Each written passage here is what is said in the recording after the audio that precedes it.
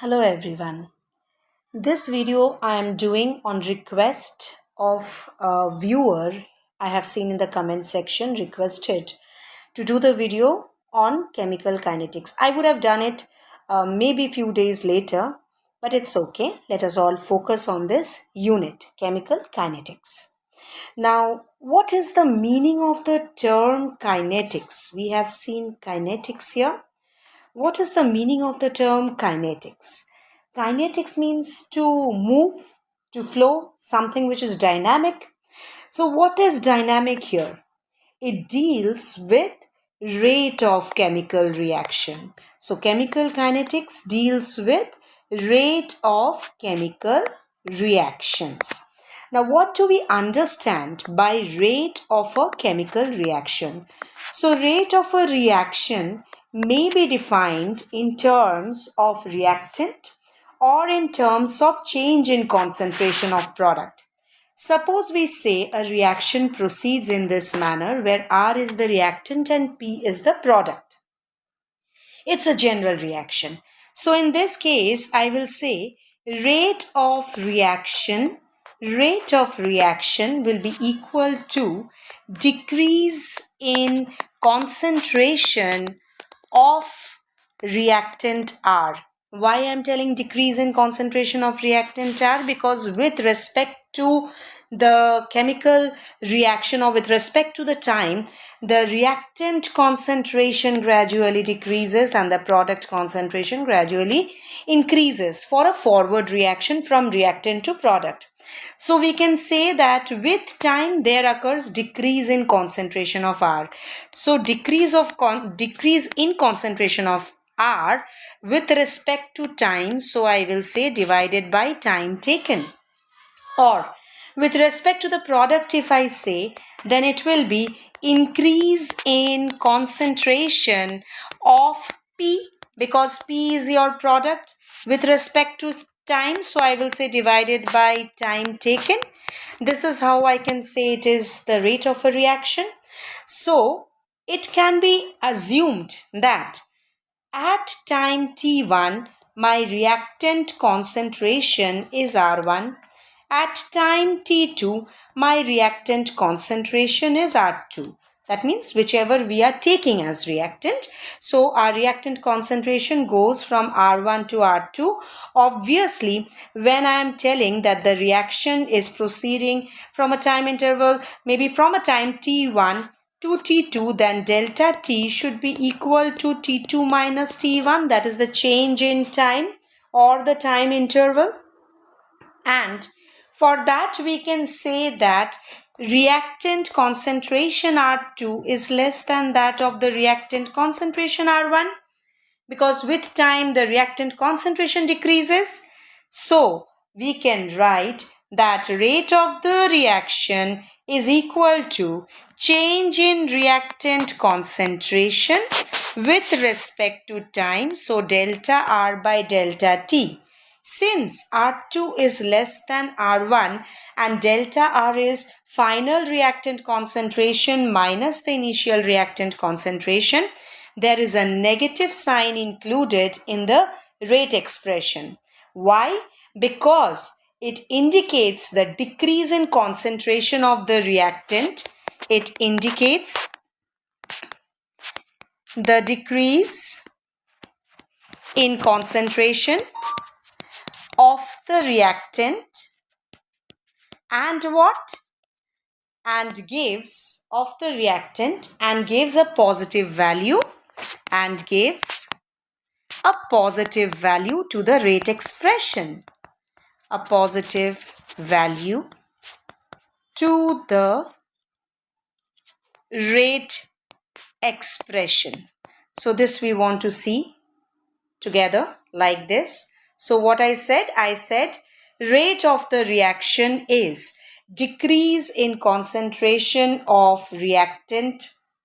So decrease in concentration of R by time taken, increase in concentration of P by time taken.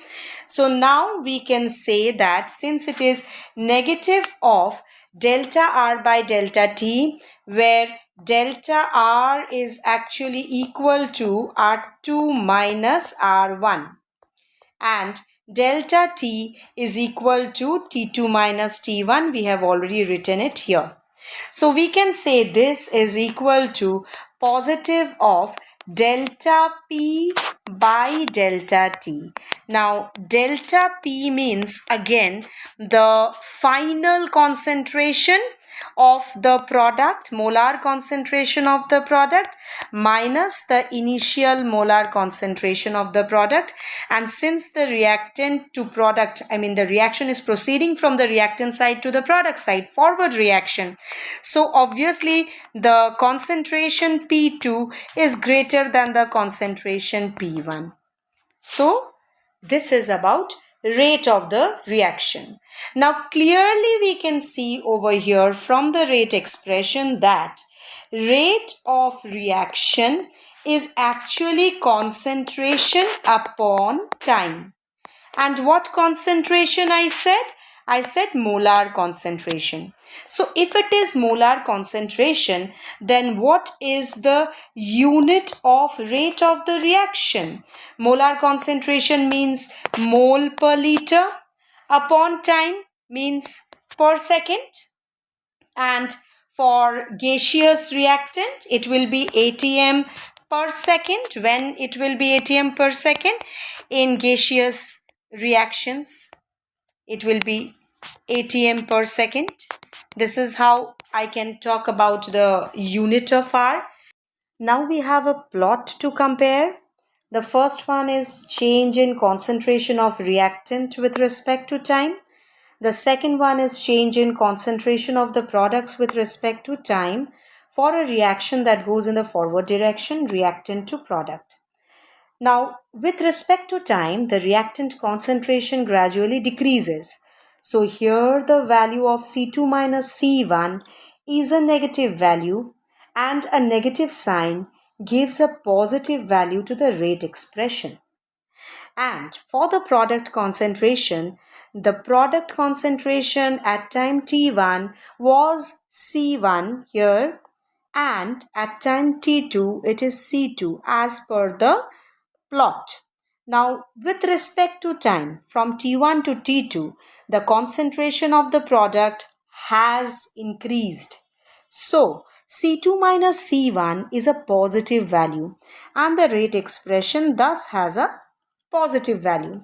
So this is the rate expression with respect to the reactant concentration change, that is R average with respect to reactant, and on the right hand side we have R average with respect to the product.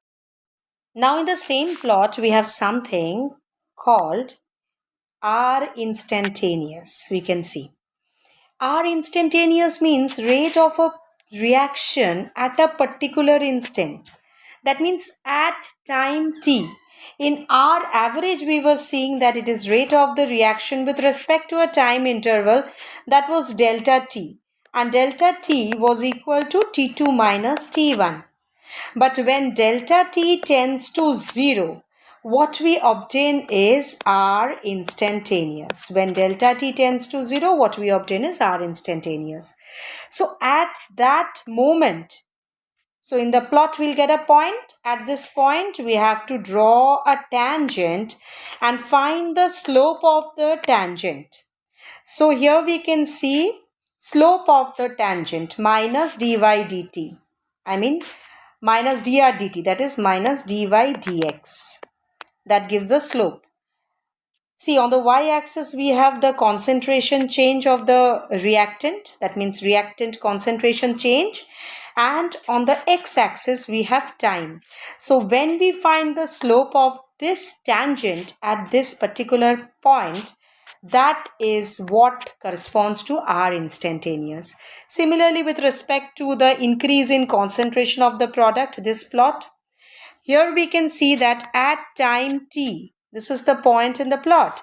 At this point we draw a tangent and find the slope of the tangent. Same thing, dp dt. Now dp dt when we do, here it is dp, it should be dp. So dp dt, now that is positive slope. In case of instantaneous rate, with respect to the reactant, we can see a negative slope, and instantaneous rate with respect to the product, we can see a positive slope. For any general reaction, say I'm writing a general reaction, AA plus BB gives CC plus DD. Now, when I'm writing this, it actually means A moles of reactant A, B moles of reactant B, C moles of product C, and D moles of product D. And these are known as stoichiometric coefficients. A, B, C, D, small a, B, C, D are known as stoichiometric coefficients. Now, if I have to represent average rate with respect to any reaction, and with respect to the reactants of the reaction, what we are supposed to do?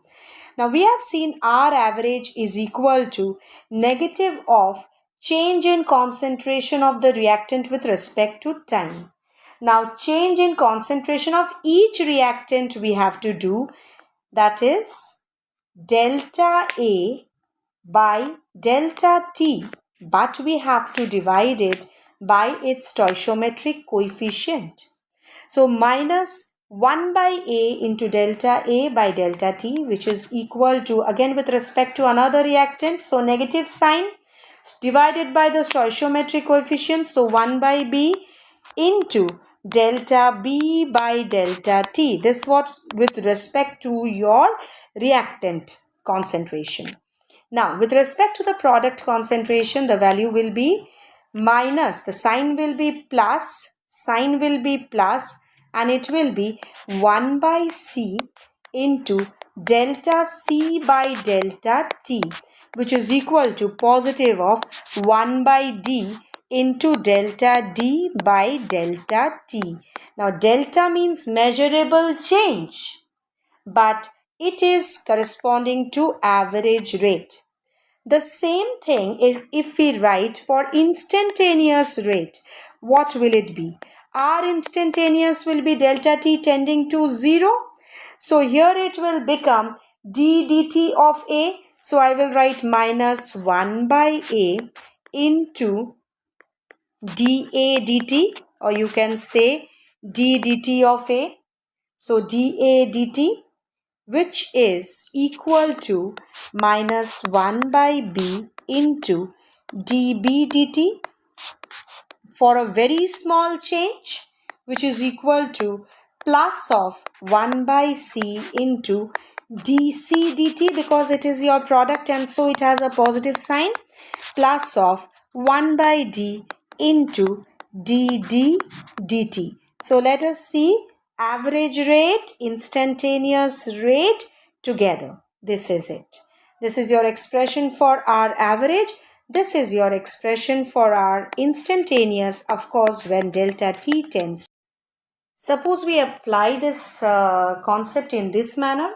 There is a reaction where 2 moles of A is forming products. 2 moles of A forming products.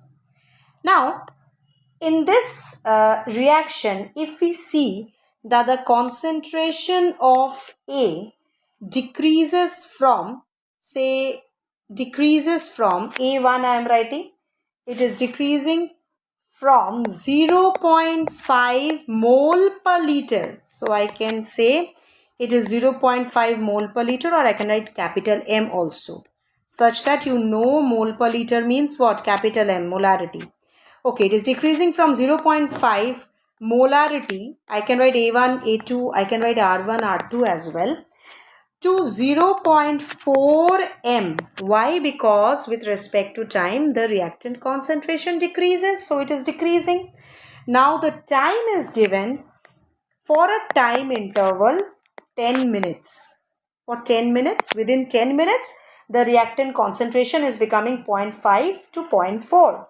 Calculate the rate during this interval. So when they are telling you to find the rate during this interval, they want you to find R average, not R instantaneous, because an interval is given, time interval is given.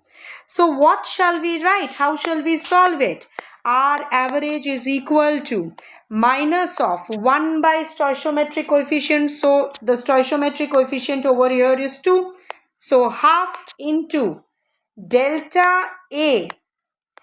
This is what we have seen, delta A by delta T.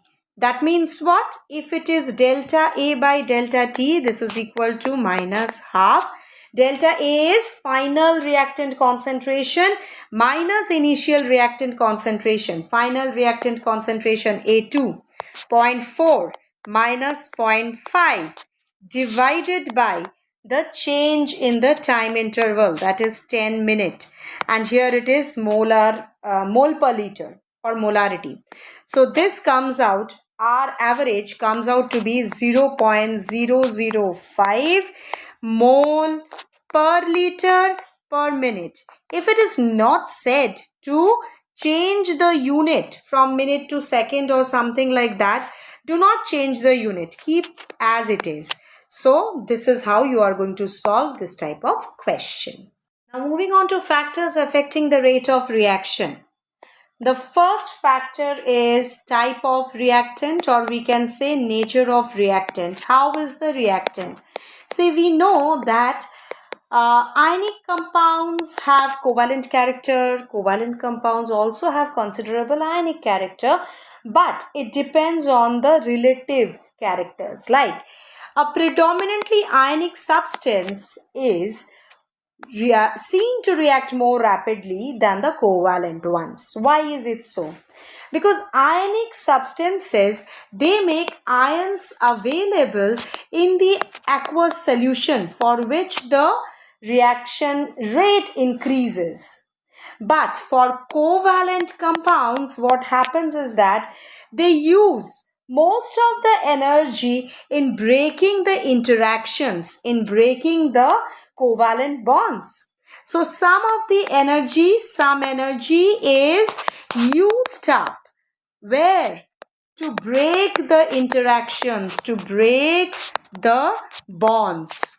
So what do we see? That ionic substances react more rapidly than the substances with covalent bond. So that was our first point, nature of reactant. After this, the second point is concentration of reactants. That means what? How concentration of reactants affects the rate? Rate of the reaction is directly proportional to the concentration of the reactant. So it is dependent, and so it is affecting the rate of the reaction. Why? Because if the concentration of the reactant increases, then the reaction rate also increases. Now, temperature is another factor which affects the rate of the reaction, but keep in mind that in general the rate of the reaction increases when the temperature is increasing. But we have two types of reactions. We have endothermic reactions also, and we have exothermic reactions also. For exothermic reaction, with increase in temperature, the rate of the reaction decreases. But for endothermic reactions, with increase in temperature, the rate of the reaction also increases. Next, we have presence of catalyst. Some of the reactions actually enhances the rate in presence of catalyst. That means catalyst at times boosts the rate of the reaction. Next, we have surface area of reactant.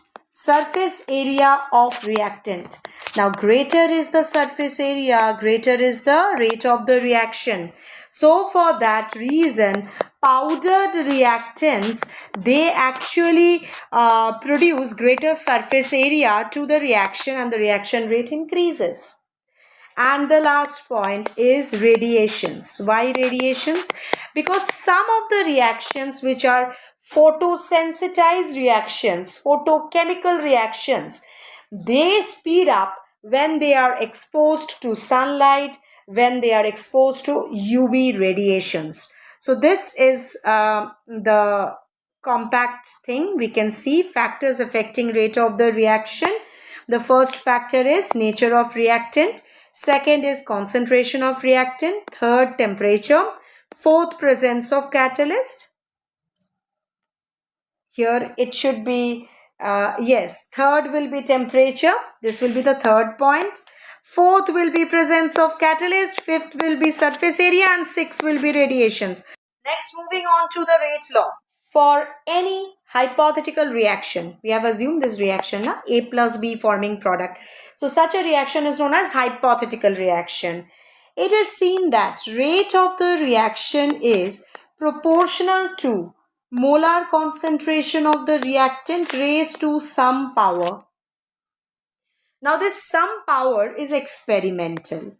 Now into molar concentration of the other reactant raised to some power. So what I said rate of the reaction is seen to be proportional to molar concentration of the reactant raised to some power. It is when one reactant is present. If more than one reactant is present, A plus B I am seeing, so two reactant, then I will say rate of the reaction is proportional to product of molar concentration of the reactants raised to some power. Now A is one of the reactant raised to some power M.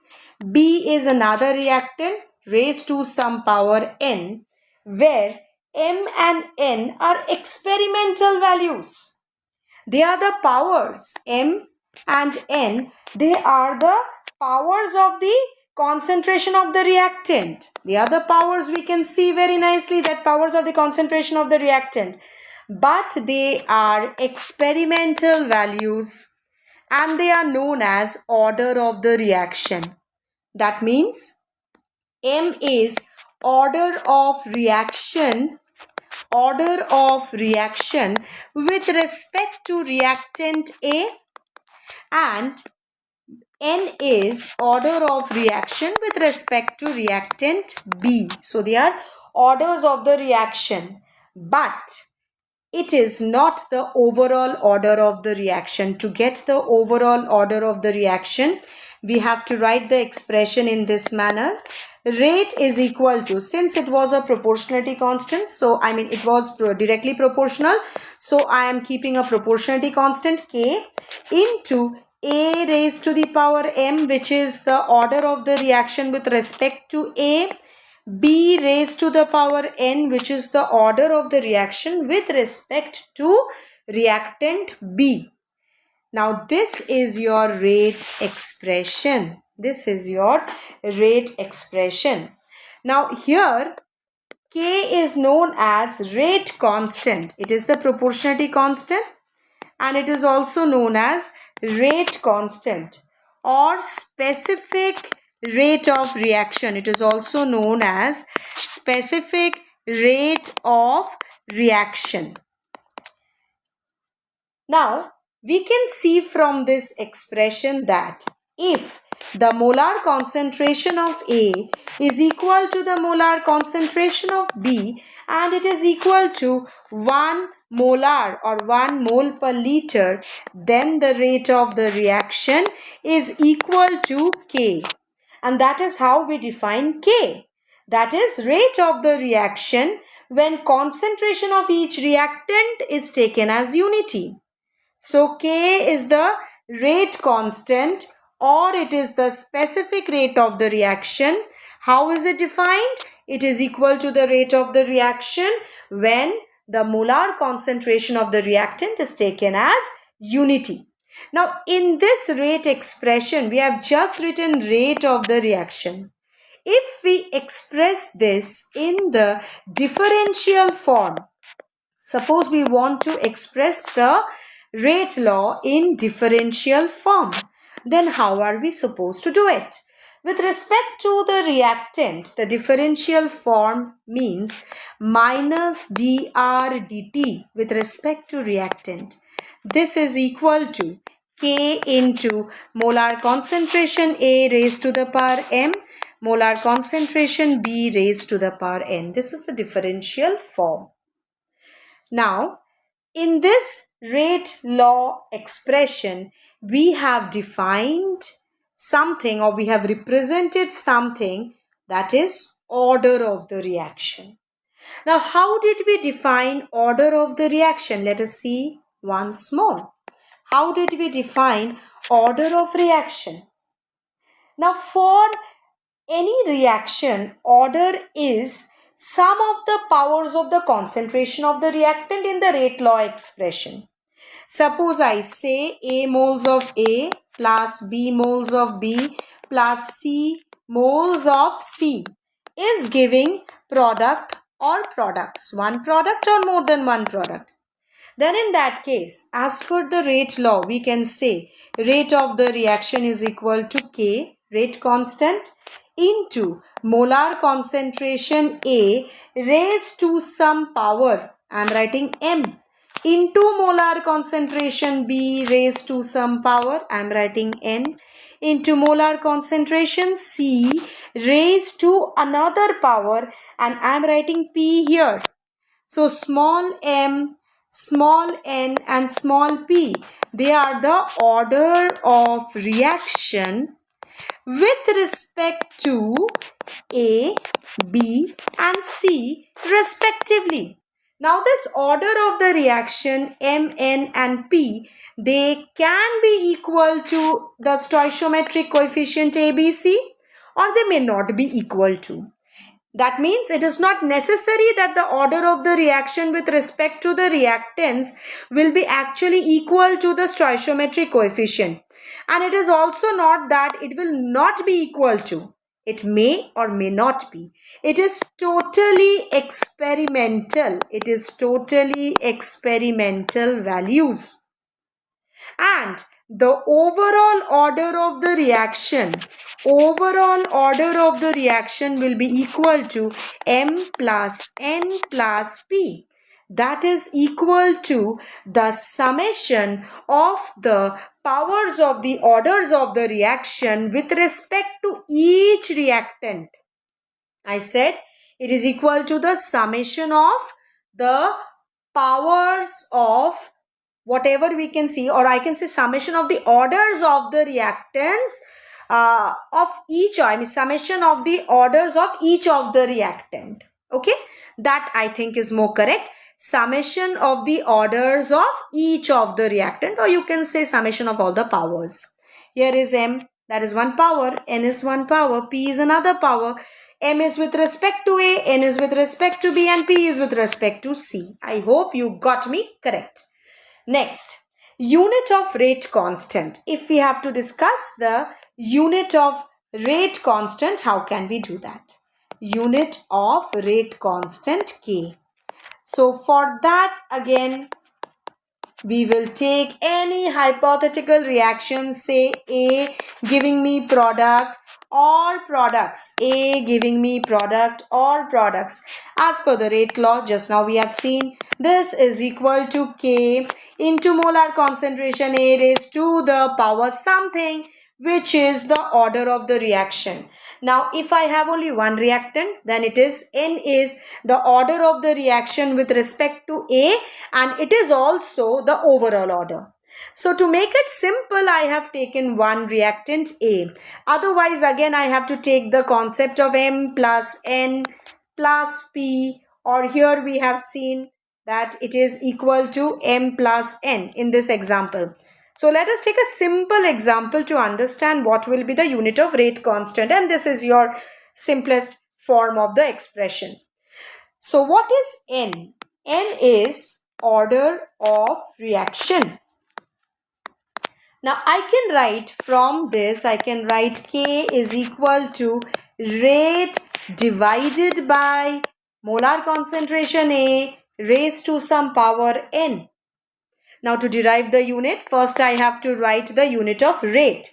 Unit of rate means change in concentration with respect to time. So I am writing concentration upon time into molar concentration A in the denominator. So I will write into 1 by molar concentration raised to the power N. Now to derive the unit of K, I have to write the rate expression in this manner. Rate divided by A raised to the power N. Now rate is concentration upon time. and into 1 by concentration raised to the power n. So this can be written as concentration to the power 1 minus n into time to the power minus 1, or I will say time inverse. So concentration is always molar concentration. So mole per liter to the power 1 minus n, second inverse. So this is the SI unit of K. This is the SI unit of K, depending on order of the reaction. So since I have this general SI unit of K, from here, depending on the order of the reaction, I said, so if it is, say, a zero order reaction, n is equal to 0, then what should be the unit of K? When n is equal to 0, then unit of K is mole per liter raised to the power 1 minus 0 means 1. So mole per liter per second. And examples of such reactions, zero order, they are surface reactions. All surface reactions are of zero order. Or we can say decomposition of ammonia, gaseous ammonia on hot platinum surface. That is also a surface reaction. So if you want to give specific example, you can give in that manner. Or we can say, suppose, let me give this example for you, 2NH3, it is gaseous and the temperature is 1130 Kelvin, and just now I said platinum surface. So PT forming N2, which is gaseous, plus 3H2, which is gaseous. So this is an example of the zero order reaction, or specific example. Say the reaction is of first order. So n is equal to 1. For n is equal to 1, here I have to give n is equal to 1. For that, 1 minus 1 is equal to 0. So something raised to the power 0 becomes unity. So what is the unit of K? It is second inverse. So maybe in your question, the order of the reaction is not mentioned, but the unit of K is mentioned. From there, you have to assume what is the order of the reaction. So a first order reaction, all radioactive disintegrations are first order reactions. So keep this thing in mind. So all radioactive disintegrations are of first order. Suppose I say n is equal to 2, second order reaction. So I have to place n is equal to 2. Unit of K will be what? Unit of K will be mole inverse liter second inverse. And one such example is CH3C, hydrolysis in presence of an alkali. So here we can see CH3COO C2H5 plus NaOH. It is giving CH3COONA plus C2H5OH. Now, elementary reaction, they are actually one-step reactions. One-step reactions are known as elementary reaction. If any reaction is taking place in more than one step, such reactions are known as complex reactions. So, complex reactions are reactions that take place in more than one step. More than one step. Now, after this, why I told you elementary and complex reaction, the reason is I want to introduce a term which is known as molecularity of a reaction. We have seen order of a reaction. Order of a reaction can be 0, 1, 2. We have seen even fractional order can be there. But molecularity of a reaction actually means the number of reacting species. Now, reacting species can be anything. It can be reacting species when I am telling, then it can be atoms, it can be molecules, or it can be ions. So atoms, molecules, or ions taking part in elementary step. So taking part in elementary step or in elementary reaction. That is known as molecularity, of course, which must collide simultaneously,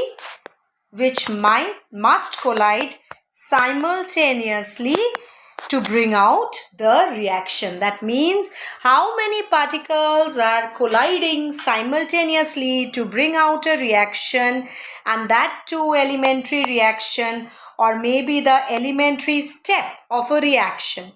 That is known as molecularity. So molecularity makes sense for elementary reaction or elementary step. Now, molecularity of a reaction, I said number of reacting species. So, does it mean that it can be n number of reacting species? No. The probability of more than 3 molecules colliding simultaneously is rare. So, what I said? I said probability of probability of molecules, what? Greater than 3 colliding simultaneously is actually rare. So molecularity of a reaction does not extend beyond 3.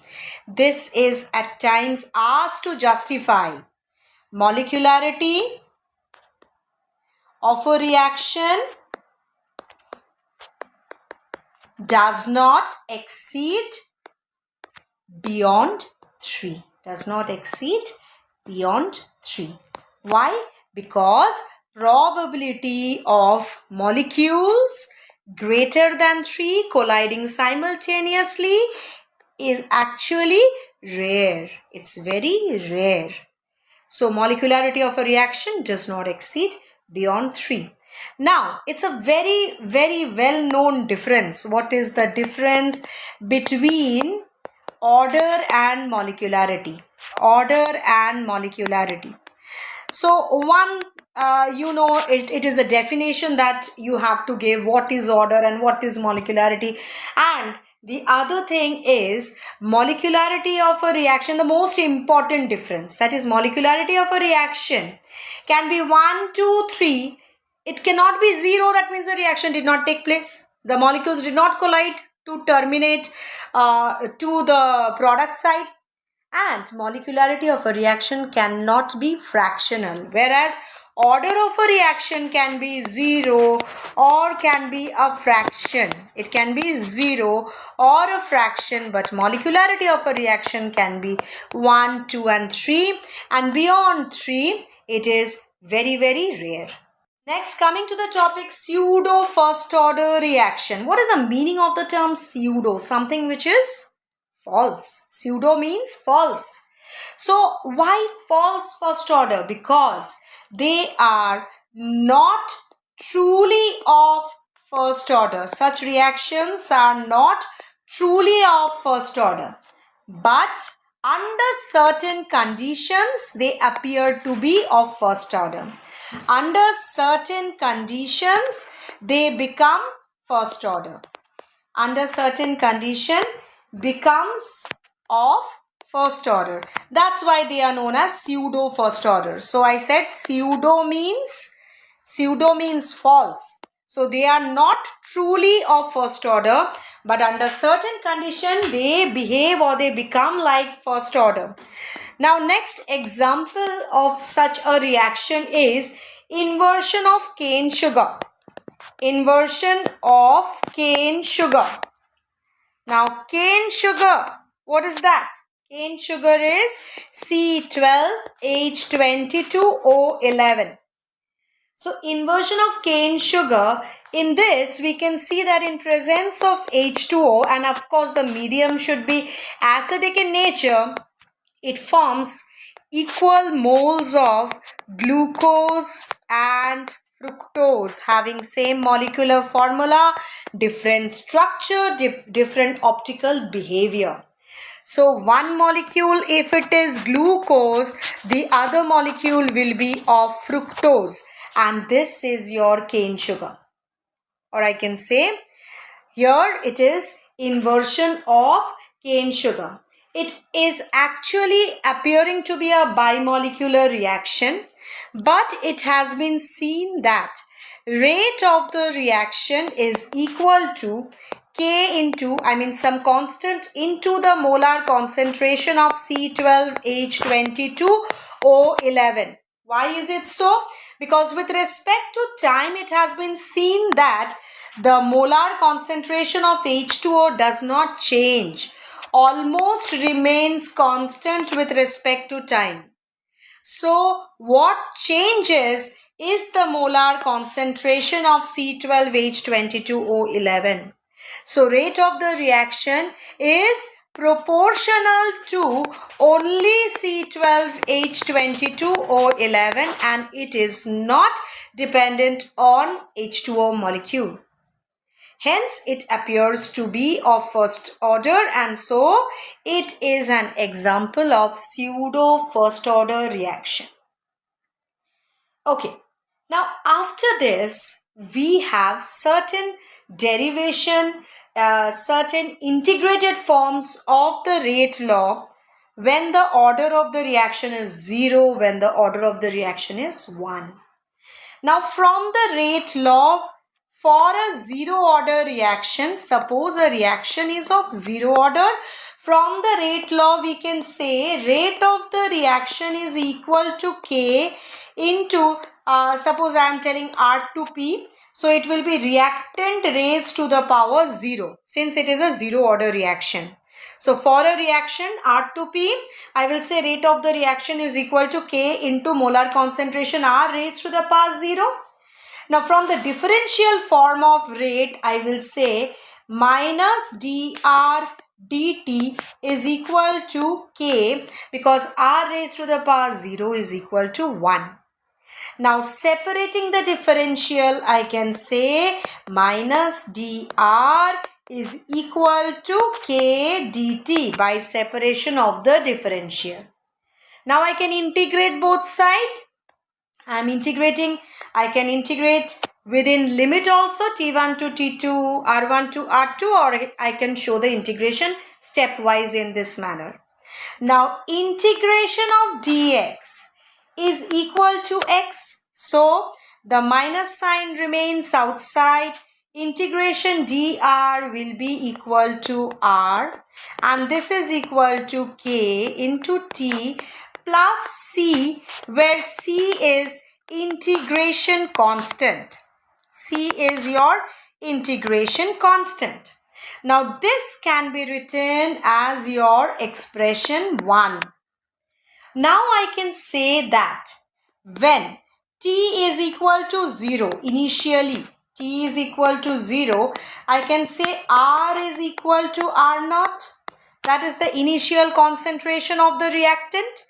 Now I can place this in this equation 1 and then I can say that C is equal to negative of R naught because I have placed R is equal to R naught and T is equal to 0 in equation 1. So I got the value of C equal to minus R naught and that also I need to place in equation 1. And what will I get out of it? I will get minus R is equal to KT minus R naught. Or I'll bring KT is equal to R naught minus R. I have sent R naught to the other side. So K is equal to R naught minus R by T. So this is the equation for a 0 order reaction. Since I have given here equation 1, I am writing this as equation 2. Let us see it at a glance. So here it was 0 order reaction. So rate of the reaction is equal to K into R raised to the power 0. R raised to the power 0 was unity. Now we got this expression. then we have done separation of differential, then we have done integration, and then placing T is equal to 0, our initial concentration of R is equal to R naught. We have got the value of C and we have placed it in the equation, and we have got the value of K. We can write K in terms of T, or we can write T in terms of K. Now, there is something called half-life. If we have studied radioactivity, there also we have seen. So, half-life means how much time it takes for the initial concentration of the reactant to reduce to half of its original value. That means time required for R naught to become R naught by 2. That is your T half. That means the time required for the initial concentration to get half consumed or half remaining. That is your T half. I can say आधा consume हो गया, or I can say आधा remaining है because आधा consume हो गया. So, placing this in equation 2, when R is equal to R naught by 2, that means when does it happen? We can say T is equal to T half. At T half it happens. So when I place it, I get T half is equal to R naught minus R naught by 2. I'm just placing these values in equation 2 and then I'm writing this by K. So when I do so, I get T half. When I do so, I get T half is equal to R naught by 2K. 2K is a constant. This is a constant. So for zero order reaction, we can say T half is proportional to the initial concentration of the reactant. Now for a first order reaction, what will happen? That was for zero order. For a first order reaction, again from the rate law we can say, suppose for a reactant to product in this manner R2P, we can say rate of the reaction is equal to K into R raised to the power 1. In place of rate, I can write minus dr dt from the differential form of rate law. This is equal to K into R. Now I will do separation of differential. I will get minus dr by R. Why? Because I am bringing R terms to one side. So dr by R is equal to K into dt. When I get this, I can integrate both sides. Integrating both sides either within limit or stepwise again. So, integration of dx by x is taken as ln x. So, I will do minus integration of dr by r is equal to ln r is equal to k t, because integration dt is equal to t plus c, which is your integration constant. This is your integration constant. So this is my first expression for a first order reaction. Now when t is equal to 0, r is equal to r naught. And I can place this in this equation 1. I can place this in equation 1. And I can get negative ln r naught is equal to c. And now the value of c I can place in equation 1. And what will I get? Negative ln r is equal to kt minus ln r naught. So I can write kt is equal to, kt will be equal to, bringing kt to the positive side. For that I have to bring ln r naught to the other side.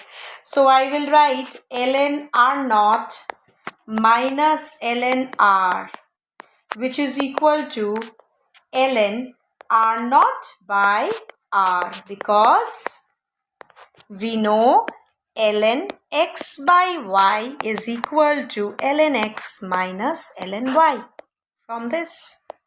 So we can write this. Now we got kt is equal to ln R naught by R. This I can convert to log. I can express to log terms. So this is your equation 2 in terms of ln. So kt becomes equal to 2.303 log. Converting, I need to multiply it by 2.303 log of R naught by R.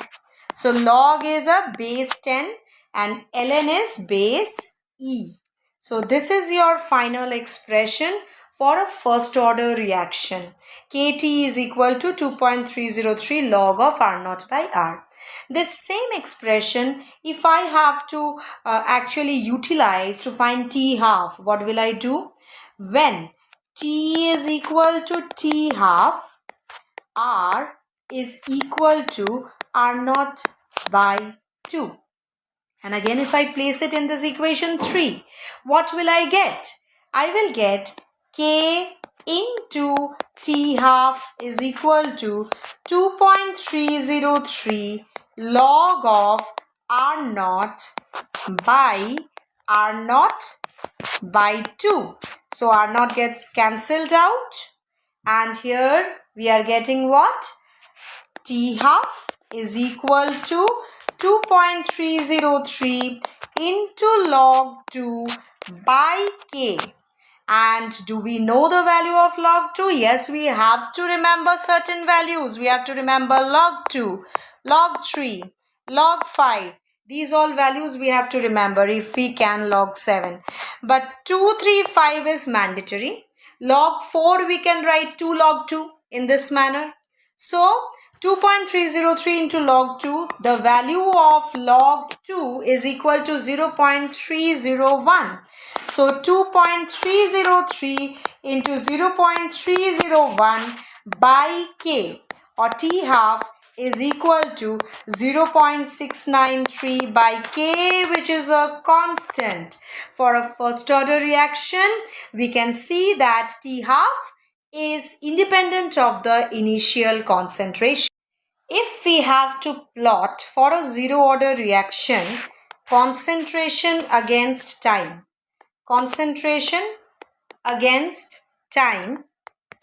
then how and what will be the nature of the plot?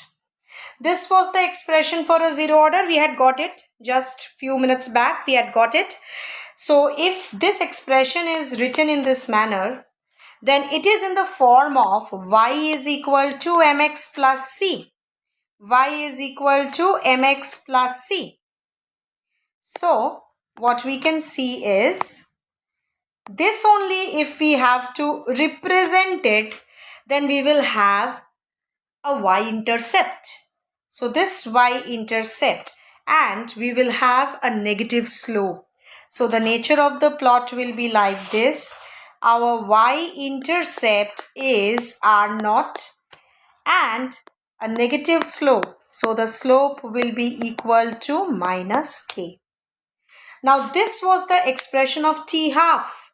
So again, if I have to plot, say, T half against the initial concentration R naught, we have seen T half is proportional to R naught from this expression.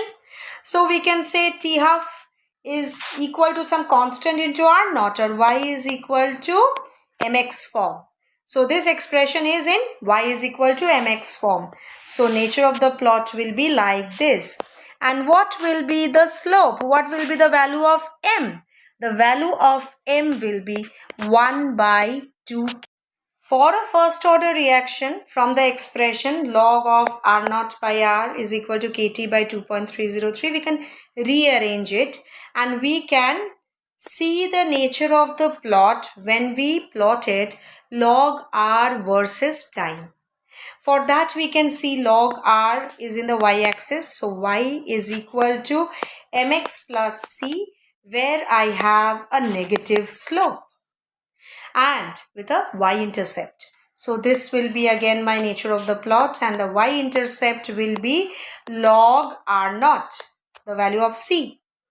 And slope will be equal to minus k by 2.303. For this very reaction, I can also say that, or rather for this very expression, I can say what will be the nature of the plot if I plot log of r naught by r versus time. For that, I need to see this expression r naught by r versus time. So nature of the plot, y is equal to mx, and I will get it is like this. I will get it like this. And for this, the slope will be equal to k by 2.30. For any gaseous system, gas phase reactions, the integrated rate equation is derived in this manner. Suppose A is gaseous and it forms B and C in course of a gas phase reaction. If Pi be the initial pressure of A, Pi is the initial pressure of A. That means if it is a gas phase, I will write in terms of ATM. So at T is equal to 0, the initial pressure of A is Pi and no products are formed. So I am writing 0 over here. And if Pt be the total pressure at time t. So at time t, what is happening? When time is equal to t, what is happening? I am assuming that X atmosphere of A has decreased. So the pressure that remains in A is equal to, initially it was Pi, and it has decreased by X atmosphere. So what is remaining is Pi minus X. As much is decreased at time t, and 1 mole of each of B and C is being formed. So how will I write? The increase in pressure of B and C will also be X atmosphere.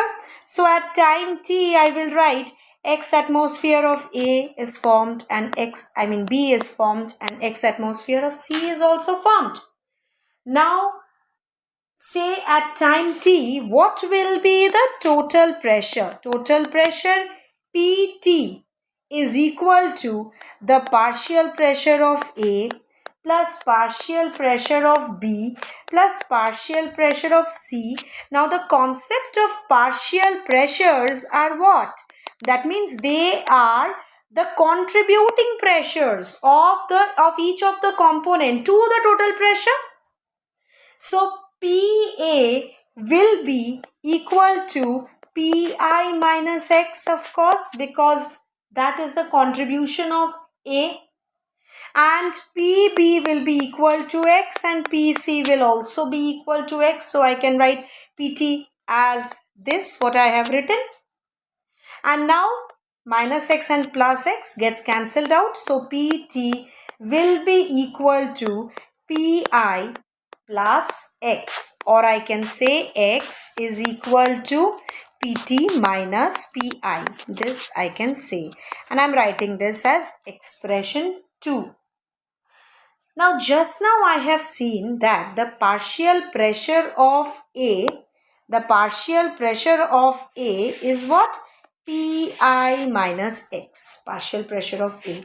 So I can write Pa is equal to Pi minus X. I know that is the partial pressure of A. Now from this derivation I have got what is X. I can place it here. So I can say Pi minus X is what? Pt minus Pi. So I'm writing Pt minus Pi. Pt minus Pi. So we can write is equal to,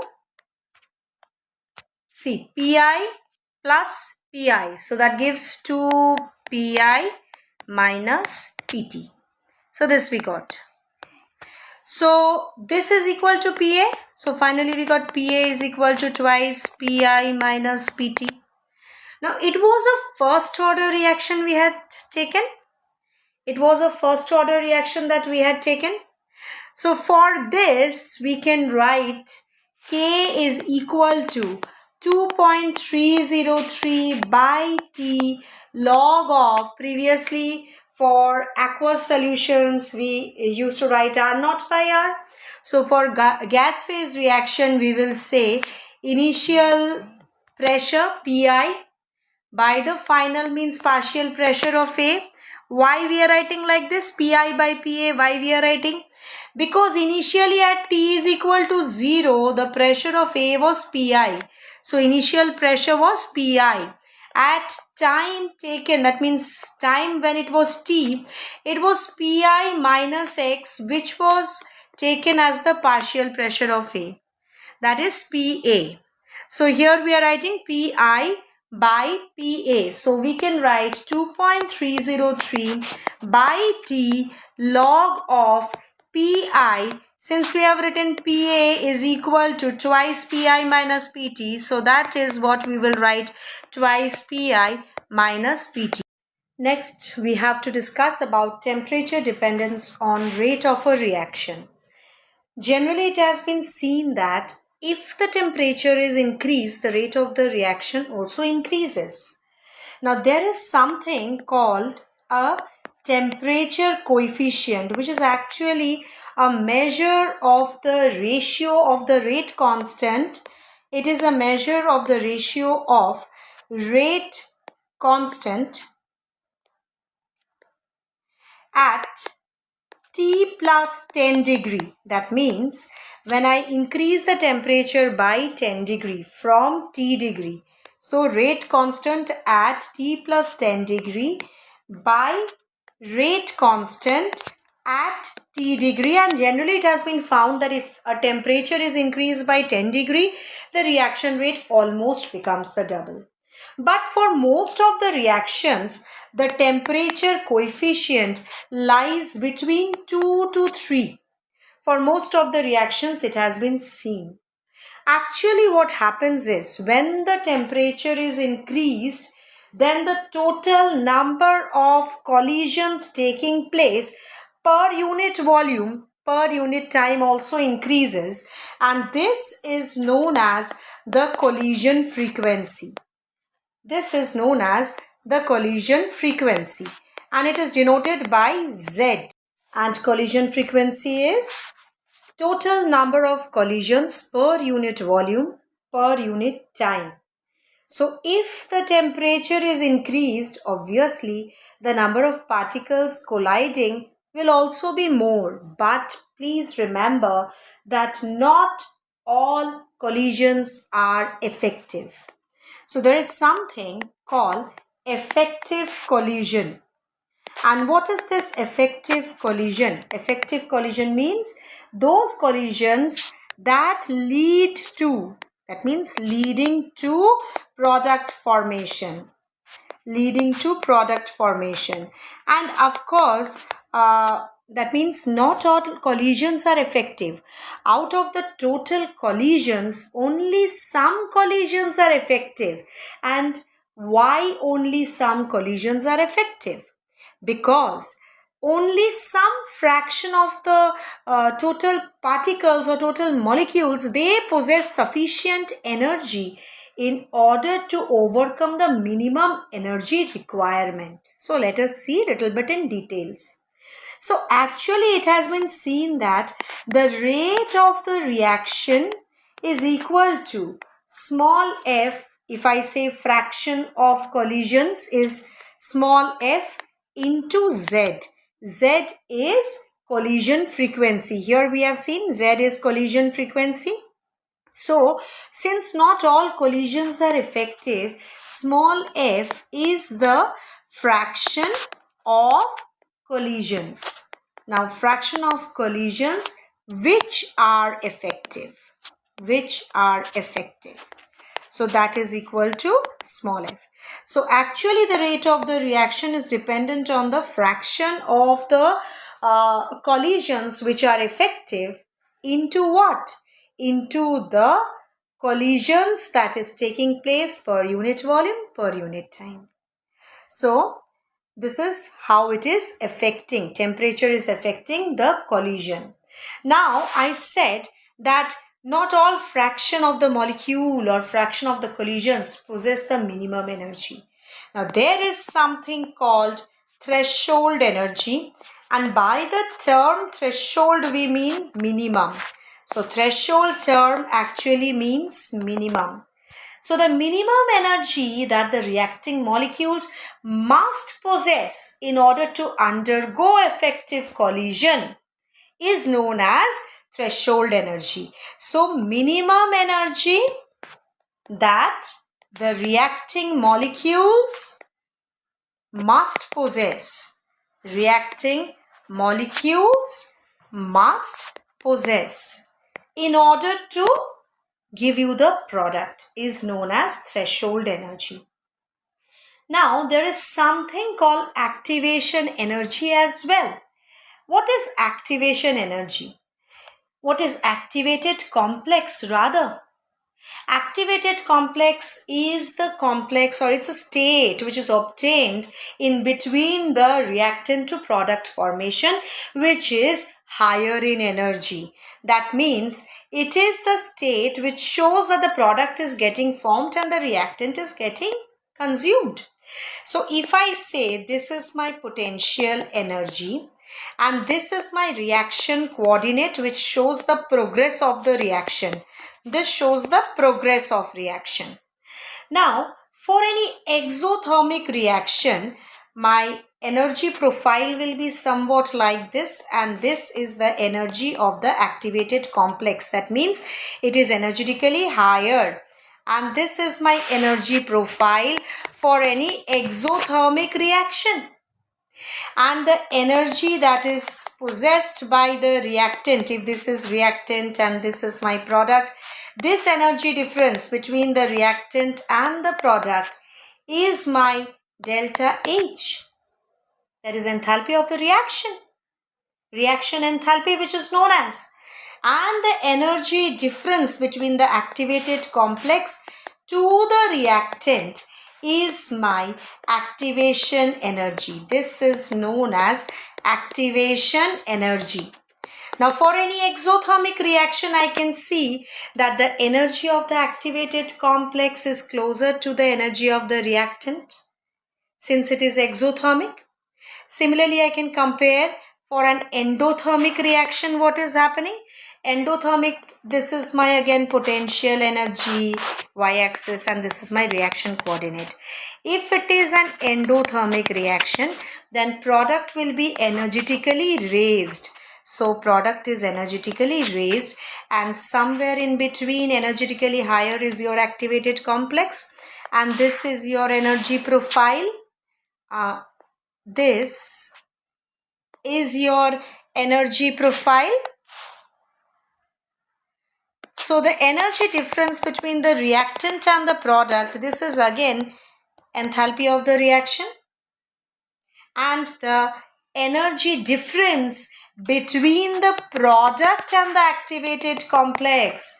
Now this is your activation energy for endothermic reaction, and we can see that the activated complex has energy which is closer to the energy of the product. See, this is your energy of the product, and activation energy has energy closer to the energy of the product if it is endothermic. So now what actually is your activation energy? I can say the energy required to form activated complex is your activation energy.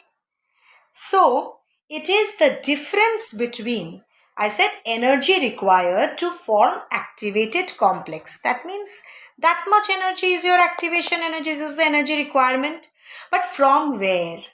For that reason, we will say that activation energy is actually the difference between the threshold energy, the minimum requirement, कि this much energy should be possessed, minus the average energy possessed by the reacting molecules, and average energy of the reacting molecules, and this difference is known as activation energy. So I can say reactants are given this activation energy in order to reach the activated complex and the extra energy requirement to form the final product. But the minimum energy requirement is activation energy because you need to reach the activated complex.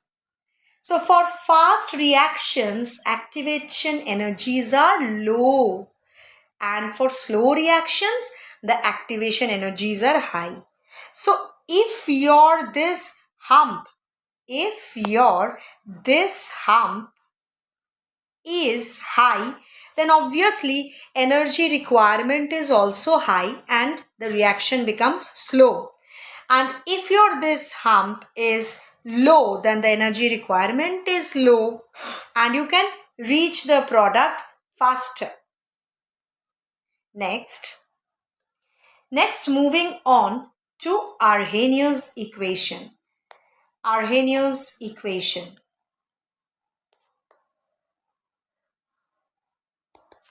Arrhenius equation relates the rate constant K to the temperature as K is equal to A into e to the power of minus EA by RT, where A is known as frequency factor. It is also known as Arrhenius constant, as it is obtained from the Arrhenius equation. It is also known as, just a minute, it is also known as pre-exponential factor.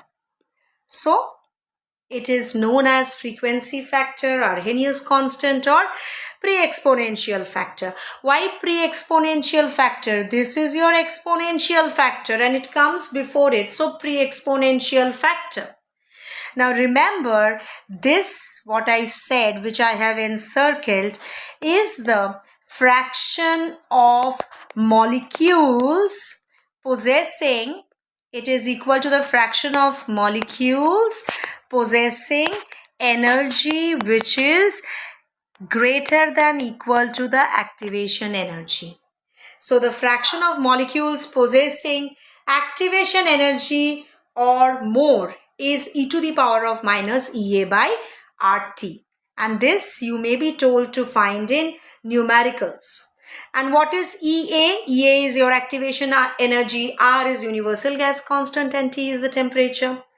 Now from this equation, we can say, taking natural logarithm on both the sides, ln K is equal to ln A is a constant, minus EA by RT, because ln E is equal to 1.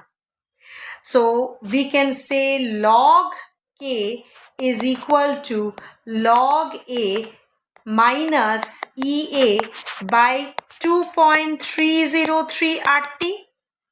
How did we get this? We know we can convert, we can keep all the ln factors on one side and the constant on the other side and then multiply it by log. Let us see that how we got it.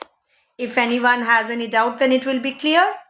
ln K is equal to ln A. I can bring ln K and we can write minus ln A is equal to minus EA by RT. Now ln K by A is this. So ln K by A is equal to minus EA by RT. We can go further, or from here only we can say. So ln K by A, or rather we can write 2.303 log of K by A is equal to minus EA by RT, because ln 2 log we need to multiply by 2.303. That is what I have done. Now if you simplify this, you will get this only. So that's why we have got log K is equal to log A minus EA by 2.303 RT. Now, if you plot this, I can keep equation 1 under the topic Arrhenius equation. If you plot log K against 1 by T, what will you get? Log K is Y is equal to mx plus C. So y-intercept will be there, that is your log A, and slope will be minus EA by 2.303 R. So how will we get it? We'll get like this. This is your log K and this is 1 by T. And I will get a plot like this, negative slope. This is your y-intercept, log A. Slope will be equal to minus EA by 2.303 R because I have plotted log K against 1 by T. So this is your slope. Now from this equation 1, I can say that if my temperature is T1, my rate constant is K1, and if my temperature is T2, my rate constant is K2. So same equation can be written as log of K2, I'm writing the second one first, log A minus EA by 2.303 R T2. This is second equation. Third equation will be log K2 is equal to log A, this will remain constant, minus EA by 2.303 R, just a minute, this will be K1. So this is K1, R T1, this is your third equation. Deliberately I have written K1 later on because I want to subtract them. So log of K2 minus log K1 becomes what? So I get here log of K2 minus K1 becomes log K2 by K1 is equal to log A gets cancelled out and this is your positive factor. So it becomes EA by 2.303 R 1 by T1 minus 1 by T2, and this can be written as log of K2 by K1 is equal to EA by 2.303 R T2 minus T1 by T1 T2, and this you have to practice and remember because numericals are very obvious and very common from this part. Now, effect of temperature on the rate of the reaction from the Maxwell-Boltzmann's probability distribution curve. So we have the distribution curve where we can show the effect of increase in temperature. What actually happens to the fraction of molecules? Increasing the temperature of a reaction increases the fraction of molecules that collide with energies greater than EA. That we need to see. So if on the y-axis I say it is the fraction of molecules, say possessing energy E out of the total number of molecules. So Ne by Nt means the fraction of the molecules. Against kinetic energy I am plotting. Say at a temperature T, at any temperature T, the trend of the plot goes like this. Trend of the plot goes like this. Say this is at temperature T. When I increase the temperature by 10 degree, the nature of the plot, see this is the most probable kinetic energy I can see. Majority fraction of the molecule possessing this kinetic energy. Now when I increase the temperature by 10 degree, the plot becomes flatter and this area goes above, almost double the area. See the fraction of the molecule, see most probable kinetic energy shifted to the right and the nature of the plot has become flat. So here I can see This area shows fraction of molecules reacting at T. Suppose this is my energy of activation EA, and this was the previous at T, how much was the fraction of the molecules possessing energy equal to A and more. When I increase the temperature, it is this part totally which has become almost the double, this part. So we can see this part has become almost the double, the area under the plot.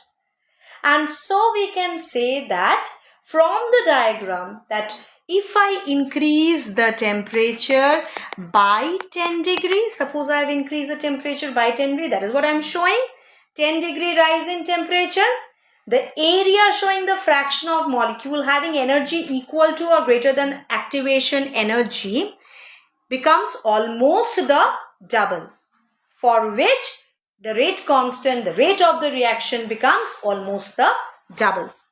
So this is explaining the theory part which we have already discussed. So next is the effect of catalyst on rate of a reaction. If we talk about catalyst enhancing the rate of the reaction, why do they enhance? Actually, it brings down the activation energy, or it lowers the activation energy. So the reaction becomes fast.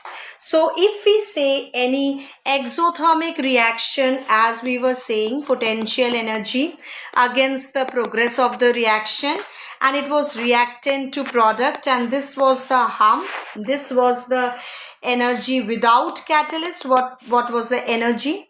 Now with catalyst, the reaction, the activation energy gets lowered. This is with catalyst. So this is the effect of catalyst on rate of the reaction.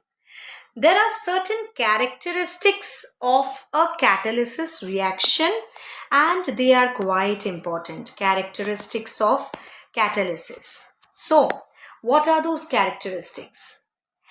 A catalyst can catalyze the spontaneous reaction. They can catalyze the spontaneous reaction, but not the non-spontaneous reaction.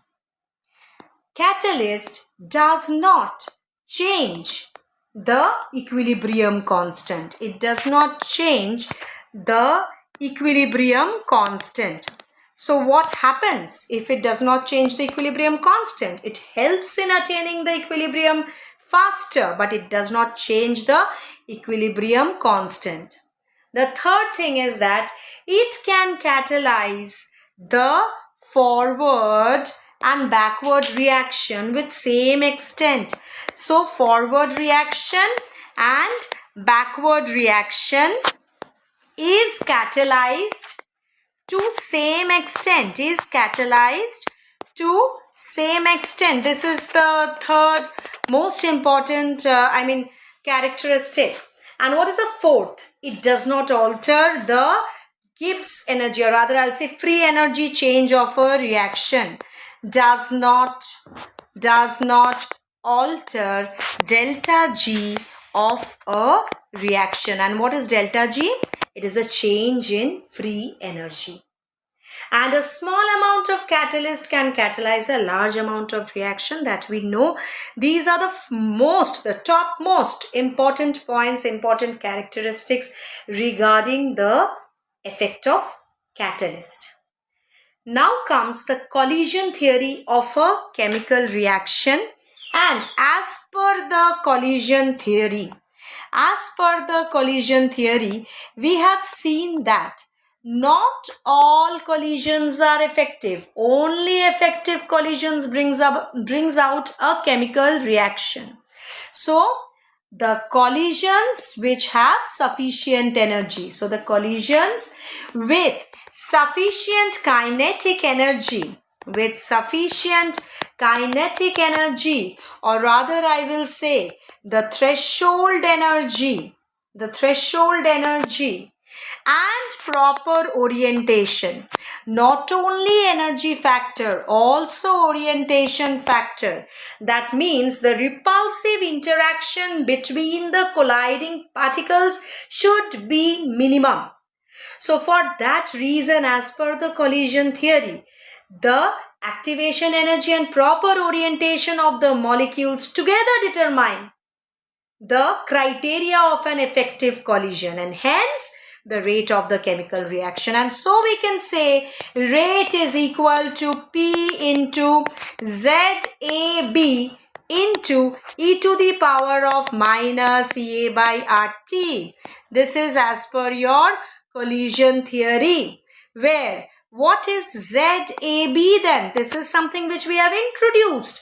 That is the collision frequency of reactants A and B.